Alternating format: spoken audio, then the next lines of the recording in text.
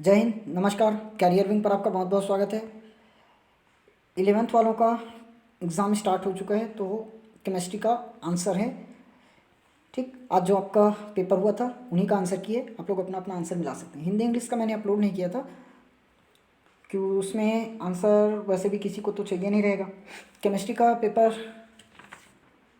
उसमें आंसर बताने लायक था क्योंकि क्वेश्चन थोड़ा सा कई जगह देखा गया था, अलग टाइप से पूछा था। मतलब जिस क्वेश्चन के आने की संभावना नहीं थी उस क्वेश्चन को भी इस बार डाल दिए गए थे जो अभी तक नहीं पूछे गए हैं। तो अगले साल वालों के लिए ये इम्पोर्टेंट रहेगा ना। आप लोग देख सकते हैं पूरा का पूरा एमसीक्यूज़ का आंसर तो करवाया जाएगा। पूरे क्वेश्चंस का आंसर संभव नहीं है, वन लाइनर क्वेश्चंस का आंसर मैं बता दूंगा। ओके, चलिए शुरू करें। अच्छा, इसी पैटर्न पर आप लोगों का 12th का पेपर भी आएगा, तो तैयार रहना। सेम पैटर्न पर आएगा, क्वेश्चन अलग रहेंगे बस। ठीक, 1 लीटर विलयन में उपस्थित विलेय के मोलों की संख्या को क्या कहते हैं? विलयन की मोलरता। क्रोमियम के बाह्य कक्ष में इलेक्ट्रॉनिक विन्यास क्या होगा? 3d5 4s1। उसके बाद H2O में आबंध कोण कितना होगा? 104 डिग्री 5। रुद्धोष्म प्रक्रम में क्या होगा? डेल क्यू का मान 0, मतलब वो डेल क्यू क्या हो जाएगा? 0। निम्नलिखित में से कौन सा तत्वों के आवर्तिता के गुण को नहीं दर्शाता? तो ये आपका हो जाएगा N/P अनुपात, क्योंकि आनन ऊर्जा तत्वों का गुण प्रदर्शित करता है आवर्तिता गुण, परमाणु त्रिज्या भी प्रदर्शित करेगा, विद्युत ऋणात्मकता भी प्रदर्शित करेगा। वैसे भी इन दोनों से क्वेश्चन पेपर में ही आए हुए हैं इसी में, तो दिमाग वहाँ से लगा सकते थे। ब्रोस्टेड लॉरी के अनुसार क्षार क्या होता है? क्षार क्या होगा आपका? क्षार होता है प्रोटॉन दाता। अम्ल क्या होगा? ग्राही होगा। H2SO4 में H2SO4 में सल्फर की ऑक्सीकरण क्या होगी? तो सिंपल सल्फर X हो गया, मतलब S, और हाइड्रोजन 2 हो जाएगा, और ऑक्सीजन का -8 बराबर 0। तो इसको सॉल्व करोगे तो +6 निकल कर आएगा। IUPAC नाम बताना है। देखो 1 2 3 4 4 कार्बन है, 4 कार्बन के लिए क्या हो जाएगा? ब्यूट। चलो ब्यूट तो सब में दिया है, कोई भी ऑप्शन एलिमिनेट नहीं हुआ। एलिमिनेशन का भी खेल रहता है ना यहाँ। चलिए फिलहाल देख लेते हैं 1 2 3 4। सबसे पहले नामकरण करते हैं साइड चेन का। साइड चेन का नामकरण करेंगे। देखो नंबरिंग किधर से करेंगे? जिधर से फंक्शनल ग्रुप नज़दीक रहे, तो इधर है 3 नंबर पे क्या जुड़ा है? Methyl group. तो देखो 3 मिथाइल इसमें तो ये ऑप्शन तो कट गए, 2 ऑप्शन कट गए। 3 मिथाइल हो गया।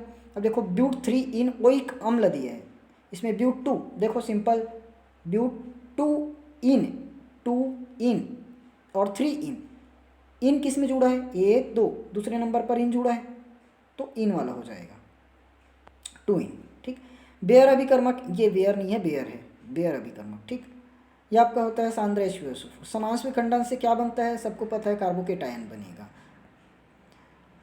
किस सिद्धांत के अनुसार, ये फिर से प्रिंट है क्या? मिस्टेक, AlCl3 ऐसे लिखेंगे ना, AlCl3। किस सिद्धांत के अनुसार AlCl3 एक अम्ल है? तो आपका हो जाएगा ल्यूमिच सिद्धांत।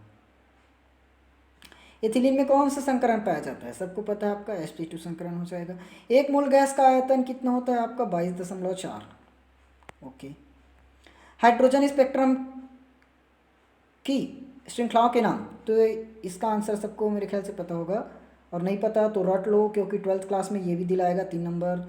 लाइमान, बामर, पाशन, ब्रैकेट और फुंड।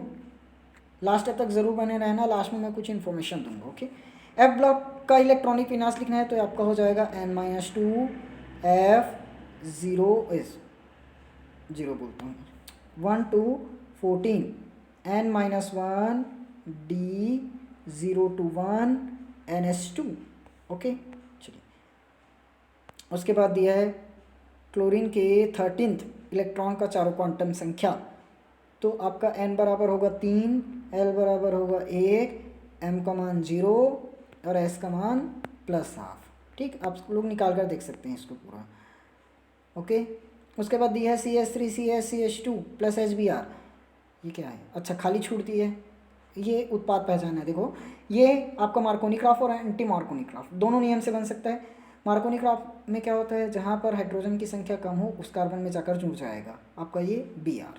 ठीक, तो यहाँ पर आपका सिंपल Br जुड़ जाएगा और यहाँ से एक बॉन्ड गायब हो जाएगा, तो यहाँ से S3 बन जाएगा।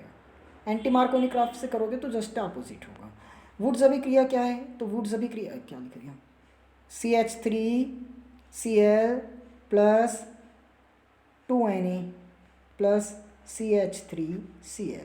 बस सिंपल, यहाँ से Cl निकालो, यहाँ से सोडियम निकालो, यहाँ से क्लोरीन निकालो और CH3 को अलग कर दो, ये आपका बनाएगा इथेन। ठीक, हाइजेनबर्ग की अनिश्चितता, ये तो थ्योरी है। विद्युत रासायनिक सेल भी थ्योरी है, ये आप लोग देख लेना। अच्छा, आर्द्र दिनों में पसीना अधिक क्यों आता है? आर्द्र दिनों में पसीना अधिक क्यों आता है? क्योंकि जानते हो आर्द्र के दिनों में आपका जो जल वाष्प है वो बहुत ही ज़्यादा बढ़ा हुआ रहता है, तो वाष्पन की जो क्रिया है वो बहुत ही कम होती है। अब त्वचा से जो नमी निकलती है वो शीघ्र वाष्पित नहीं हो पाती। त्वचा के छिद्र जानते हो ना, छिद्र से जो नमी निकलती है वो जल्दी वाष्पित नहीं हो पाती, इसलिए पसीना ज़्यादा आता है। मिठाई से दांत क्यों खराब हो जाते हैं? इसीलिए बचपन में बोला जाता था ना, मिठाई मत खाओ, मिठाई मत खाओ, अभी भी खाते हो बहुत। तो इसका आंसर आप लोग बताओगे। ठीक, CP और CV में संबंध तो सत्यापित करके बता नहीं सकते। CP minus CV equal to होता है यार, इसको याद रख लीजिए, इसी मेयर का सूत्र भी कहते हैं। N2 का ऊर्जा, अच्छा बंद कोटि इसमें मैं बता देता हूँ, बंद कोटि आपका निकल कर आएगा 3। ठीक, अब जो कराने लायक क्वेश्चन है मैं उन क्वेश्चन को करवा रहा हूँ ना। 5.85 NaCl को जल में घोल कर 200 मिलियन विलियन बनाया गया। विलियन की मोलरता ज्ञात कीजिए। देखो फॉर्मूला जानते हैं, WB डिवाइडेड बाय MB, गुणित आपका हो जाएगा 1000 और नीचे में V इन लीटर। ओके, तो WB जिसको घोला गया है, किसको घोले हैं? 5.85 गुणित आपका लिख देंगे अपन 1000। ठीक, बटे में MB विलेय का अणुभार, विलेय आपका क्या है? NaCl का अणुभार निकालो, 23 हो जाएगा आपका सोडियम का, और क्लोरीन का 35 दशमलव कितना होता है 5 और ये 8 और ये 5, तो 58.5 गुणित आपका क्या हो जाएगा 200। ठीक, गुणित में क्या हो जाएगा आपका 200। ओके, काटाफिटी मचाइए, आंसर आएगा। देखो पॉइंट के बाद आपका 1 अंक है तो यहाँ पर अपन 1 0 बढ़ा देंगे।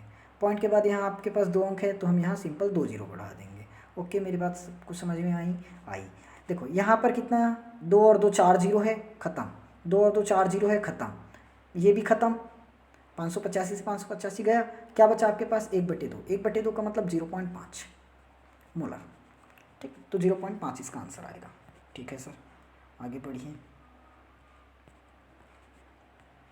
आयनन एंथैल्पी से आप क्या समझते हैं? अरे भाई वही क्वेश्चन बार बार हो गया, रटन वाले हो गया, मैं नहीं बताऊंगा, सिर्फ इसका वर्ग बताऊंगा। ठीक, अंतिम क्वेश्चन, एक इलेक्ट्रॉन निकालने के लिए जितनी ऊर्जा चाहिए उसे कहते हैं, बस बाकी मत जानो। इसका वर्ग में क्या होता है? वर्ग में ऊपर से नीचे जाने पर घटेगा, आवर्त में ऊपर से आवर्त में बाएं से दाएं जाने पर आपका बढ़ेगा। इस तरह से दर्शा दो। ठीक, एक आध क्वेश्चन अगर मैं गलती से गलत बना दूँ तो आप लोग अपने बुक से आंसर सही कर लेना ना, या जो कॉन्सेप्ट पढ़े हो वही सही होगा। ओके, अब इधर का मैं नहीं बताऊंगा। हाँ, लास्ट IUPAC नाम है बताने के लिए। देखिए IUPAC नाम हम करवा देते हैं। IUPAC नाम इसका क्या हो जाएगा? 1 2 3, तो आपका हो जाएगा 2 methyl propane two all. Answer बस मिलाओ सीधा, 2 मेथिल प्रोपेन टू ऑल। ठीक, उसके बाद 1 2 3 4 है तो प्रोपेन ब्यूटेनोइक एसिड हो जाएगा आपका, क्योंकि OH का मतलब ओइक एसिड होता है ना। ये आपका हो जाएगा 1 मिथाइल 4 नाइट्रोबेंजीन। ठीक, उसके बाद आपका हो जाएगा ये वाला पेंटेन 2 ऑन। ठीक, ये आपका क्या हो जाएगा हम नहीं जानते, हम बता देंगे। पेंट 3 इन 2 ऑल। ओके, ये था आप लोग के क्वेश्चन पेपर का आंसर। मैं पूरे का तो नहीं करवाया, लेकिन जिस क्वेश्चन में कंफ्यूज रहता है, मतलब 1 नंबर वाला ही रहता है, हमने सही बनाया कि नहीं बनाया, बाकी थ्योरी पोर्शन लॉन्ग वाला तो बन ही जाता है। ठीक, तो वीडियो अच्छी लगी हो तो वीडियो को लाइक ज़रूर करना, अपने दोस्तों के साथ शेयर करना और चैनल को सब्सक्राइब कर लेना। अगले साल आप लोग वैसे भी कुछ ही दिन में 12th में पहुँच जाएंगे, तो 12th वालों के लिए थोड़ी सी जानकारी है। देखिए आप अभी एग्ज़ाम जस्ट खत्म होगा, कोचिंग जा रहे हो नहीं जा रहे हो, स्कूल तो अभी खैर बंद रहेगा 2-3 महीना, तो स्कूल जाओगे नहीं जाओगे कुछ नहीं है, लेकिन कोचिंग जा रहे हो तब भी ठीक है, नहीं जा रहे हो तब भी ठीक है। घर में बैठकर मस्त ऑनलाइन पढ़ाई कीजिए, हमारा जो बैच है 16 अप्रैल से लाइव स्टार्ट हो रहा है, ऑफलाइन भी स्टार्ट है। ऑफलाइन के साथ साथ आपका जो लाइव बैच है वो 16 अप्रैल से स्टार्ट हो जाएगा। ठीक, 16 अप्रैल से स्टार्ट हो जाएगा, तो आप लोग क्लास पर ज़रूर आना। फिजिक्स, केमिस्ट्री, मैथ, और इस साल में हो सके तो बायो का क्लास बहुत जल्द इस चैनल पर लाने की कोशिश करूँगा, और साथ में इंग्लिश। इस साल आप लोगों को पूरे के पूरे 12th क्लास की सभी सब्जेक्ट की क्लास इस चैनल पर फ्री ऑफ कॉस्ट देखने को मिल जाएगी। हमारा ऑनलाइन का ये पहला बैच है, इसीलिए पूरे का पूरा बैच फ्री रखा गया है। आप लोग जाकर देख सकते हैं, टेलीग्राम चैनल का लिंक डिस्क्रिप्शन में दिया गया है। पूरा नोट्स आप लोगों को वहाँ पर मिलेगा। प्रॉपर फाउंडेशन होगा, शुरुआत से लेकर लास्ट हर एक चीज़ कवर किया जाएगा। साथ में आप लोगों को practice set, model paper, previous year paper, solution के सहित पूरा का पूरा A to Z प्रोवाइड किया जाएगा। बोर्ड एग्जाम में 100% क्वेश्चन उसी में से मिल जाएगा। इस साल भी हमने प्रोवाइड किया था, लेकिन ऑनलाइन में उतना खास नहीं कर पाए थे, ऑफलाइन में पूरा किए थे।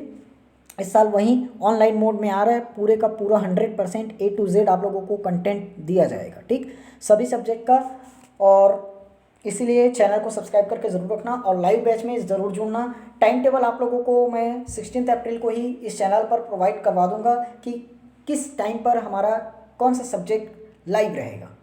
ठीक, ऑफलाइन वालों का तो क्लास अलग चलेगा, लेकिन फिजिक्स की क्लास और मैथ्स की क्लास हो सके तो मैं ऑफलाइन के साथ ही आप लोगों को लाइव लाने की कोशिश करूँगा। ओके, तो चैनल से ज़रूर जुड़ना। टाइम टेबल मैं आप लोगों को उसी टाइम प्रोवाइड करवा दूंगा, सभी सब्जेक्ट के लिए होगा। टेंशन मत लीजिए, लगातार नहीं चलेगा, गैप गैप होकर ही चलेगा। ओके, तो पूरा बैच की जो डिटेल है वो आप लोगों को 16 अप्रैल में प्रॉपर एक वीडियो में मिल जाएगा। ओके, तो तैयारी करते रहिएगा। ठीक, और ऑनलाइन है तो आप लोग अपना जो क्लास है लाइव ना देखकर कभी और भी देख सकते हैं, इसीलिए ऑनलाइन में आप लोग पढ़ाई करते रहिएगा ज़रूर, ताकि आप लोग का सिलेबस भी टाइम पे कवर हो जाए। ओके, और सिर्फ स्कूल के भरोसे मत रहना, क्योंकि स्कूल में पढ़ाई तो होगी, सब मानते हैं, लेकिन उतना खास कवर नहीं कर पाओगे। स्कूल खुलेगा तब, क्योंकि स्कूल जाना भी रहेगा, प्लस वहाँ आप लोग को कोचिंग भी देखना पड़ेगा, अपना सेल्फ स्टडी भी करना पड़ेगा। इसीलिए अभी अप्रैल में जस्ट एग्ज़ाम खत्म होगा, उसके 2-3 दिन बाद पढ़ाई स्टार्ट कर लेना, 2-3 दिन आराम करके। ठीक, लेकिन अभी पेपर खत्म हुआ है, बहुत दिन वेट कर लेते हैं करके मत करना। ओके, मेरे ख्याल से सबको बात अच्छी तरीके से समझ में आ गई। चलिए, मिलेंगे हम नेक्स्ट वीडियो में, तब तक आप लोग अपने अगले एग्ज़ाम की तैयारी कीजिए।